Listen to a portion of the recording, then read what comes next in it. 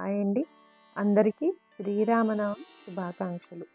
ఇక మా ఇంటి శ్రీరామనవమి అనేది మేము ఎలా జరుపుకుంటాము అనేది ఒక చిన్న వీడియో రూపంగా అందరికీ ఒక్కసారి చూపిద్దామని చెప్పి ఈ వీడియోనైతే రికార్డ్ చేస్తున్నాను.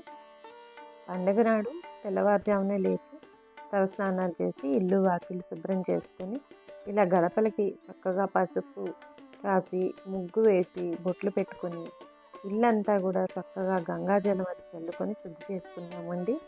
ఇక మా వీలైనంత మటుకు కొంచెం ఒక తడిపి ఆరేసిన మడిచీరను కానీ కట్టుకొని ప్రసాదాలు అవి చేసుకొని ముఖ్యంగా శ్రీరామునికి ఇష్టమైన పానకము వడపప్పు పులిహార అనేది నివేదనగా చేద్దామని చెప్పి సంకల్పించుకున్నాము.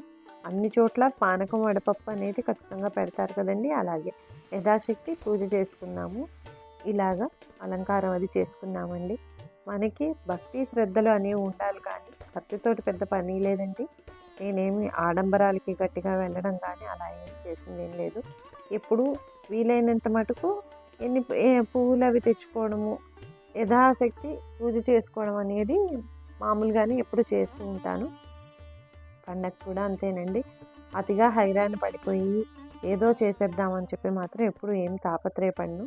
ఇక పండగ విషయానికి వస్తే శ్రీరాముని యొక్క ప్రాముఖ్యత, శ్రీరామనవమి యొక్క ప్రాముఖ్యత గురించి చెప్పుకుందామండి. శ్రీరామనవమి అనేది విష్ణువు యొక్క 7వ అవతారమైన శ్రీరాముని జన్మదినాన్ని మనం శ్రీరామనవమిగా సెలబ్రేట్ చేసుకుంటాము.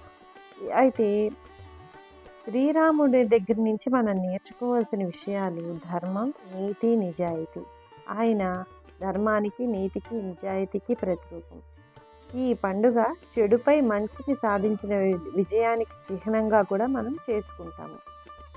అయితే శ్రీరాముని పూజించిన చోట ఆంజనేయ స్వామి వారు ఖచ్చితంగా అక్కడ ఉంటారండి. కొన్ని విషయాల్లో మాకు నిరూపణ కూడా జరిగింది. శ్రీరామనవమి శ్రీరాముని యొక్క పూజ చేసిన చోట ఆంజనేయ స్వామి లేదనంటే ఒక రామకీర్తనం కానీ లేదనంటే ఒక హనుమాన్ చాలీస కానీ చదివినప్పుడు, ఈవెన్ హైవే మీద వెళ్తున్నప్పుడైనా ఏదో ఒక రూపంలో మాకు ఆ ఆంజనేయ స్వామి వారి దర్శనం అనేది జరుగుతూ ఉంటుందన్నమాట. ఇది అయితే చాలామందికి ఇలాంటి అనుభవాలు అవ్వచ్చు. కాకపోతే ఖచ్చితంగా శ్రీరాముని ఎక్కడైతే కొలుస్తామో అక్కడ సుఖ సంతోషాలని ఇంట్లో నెలకొంటాయని చెప్పి ఖచ్చితమైన ఒక నమ్మకం.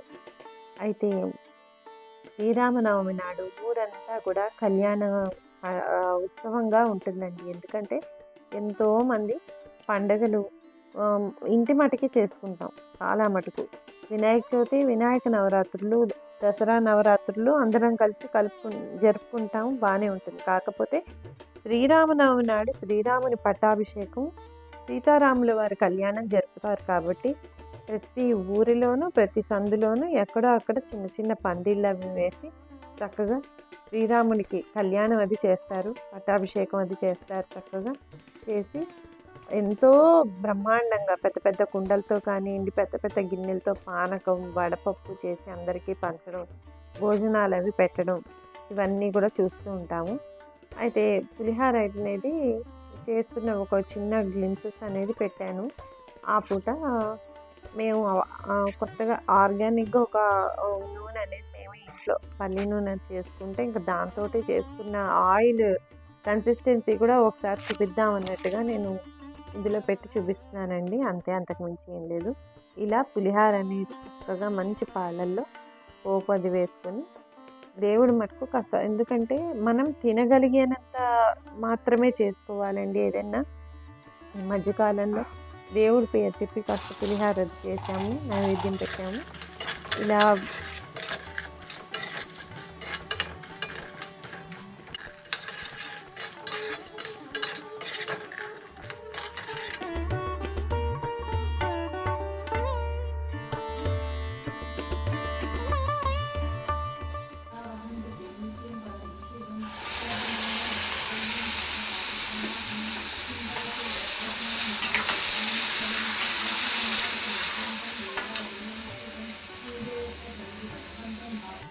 ఇలా చింతపండు పులిహార అనేది చేసుకున్నామండి. మామూలుగా పండగలప్పుడు నిమ్మకాయ పులిహార కంటే చింతపండు పులిహార అనేది చేసుకోవడం అనేది విశిష్టం అనమాట. నెక్స్ట్ ఉగాది పచ్చడి గురించి వస్తే షడ్రుచులతో కలిసింది ఉగాది పచ్చడి. షడ్రుచులు అంటే తీపి, పులుపు, కారం, వగరు, ఉప్పు, ఇవన్నీ కలిపి సంవత్సరం అంతా కూడా మన జీవితం కూడా షడ్రుచులమయంగా ఉండాలి అని చెప్పి కోరుకోవడం అనమాట. అందుకని ఉగాది పచ్చడి అనేది తింటాము. నెక్స్ట్ ఈ ఉగాది అప్పుడు ఫస్ట్ కొత్త చిగుర్లు లేతగా చిగుర్లు వేయడము, మామిడి చిగురు, వేపపూత. నెక్స్ట్ వచ్చేసి మనకి మామిడి కాయలు అయ్యేకంటే మామిడి పిందెలతో చేసుకుంటే ఇంకా బాగుంటుందండి. ఇవన్నీ కూడా ఆరోగ్యానికి చాలా మంచిదన్నమాట. నెక్స్ట్ మనం చేసే ఈ పానకము, వడపప్పు అనేది కూడా చలవ చేస్తుందండి శరీరానికి. మన పూర్వీకులు అందుకే మనకి మెడిసినల్ వాల్యూస్ తోటి ప్రతిదీ చెప్పడం అనేది జరిగిందనమాట. అందుకే మన భారతదేశం అనేది కర్మభూమి, ధర్మభూమి అన్నారండి. మనం చేసే ప్రతి ఒక్క పనిలోనూ వెనకాల మంచి అర్థము, అంతరార్థము ఉంది. మీరే చూడండి, పండగ నాడు ఇంట్లో ఒక మంచి వాతావరణం, ధూపం వేస్తాము, దీపం పెట్టుకుంటాము. అది టేస్ట్ చూడకుండా వండినా చాలా అద్భుతంగా రుచిగా ఉంటుంది. ఎందుకు? దేవుడి పేరు చెప్పి నివేదన చేస్తాం కాబట్టి. అయితే దేవుడు వచ్చి తింటాడా అందుకని ఎంత టేస్ట్ వస్తుందా? కాదు. మనము ఆ భగవంతుడి పేరు చెప్పి ఈ పూట మనం తినడానికి ఈ మాత్రం తిండి ఇలా బతుకుతున్నాము అని అంటే వెనకాల ఏదో ఒక శక్తి ఉండి మనని నడిపిస్తోందండి ఖచ్చితంగాను. ఒంట్లో బాగలేదు, లేకపోతే నీరసంగా ఉన్నాము, లేదు ఎవరింట్లో అయినా సంవత్సరికాలు ఏదో జరిగాయి, మైలు పట్టినప్పుడు, దీపం పెట్టలేనప్పుడు ఇల్లంతా ఒక రకమైన నెగిటివ్ ఆరా అనేది ఉంటుంది.